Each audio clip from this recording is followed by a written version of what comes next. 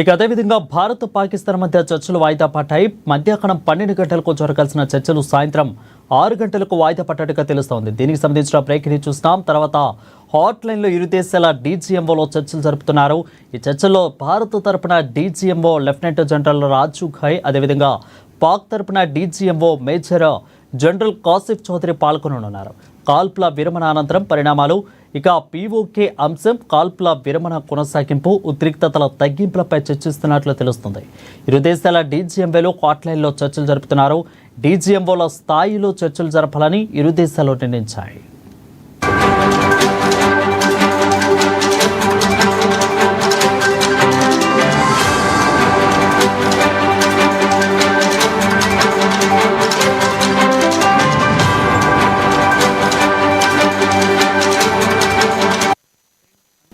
ఇక భారత్ పాకిస్తాన్ మధ్య చర్చలు వాయిదా పడ్డట్టుగా తెలుస్తా ఉంది. మధ్యాహ్నం 12 గంటలకు జరగాల్సిన చర్చలు సాయంత్రం 6 గంటలకు వాయిదా పడ్డాయి.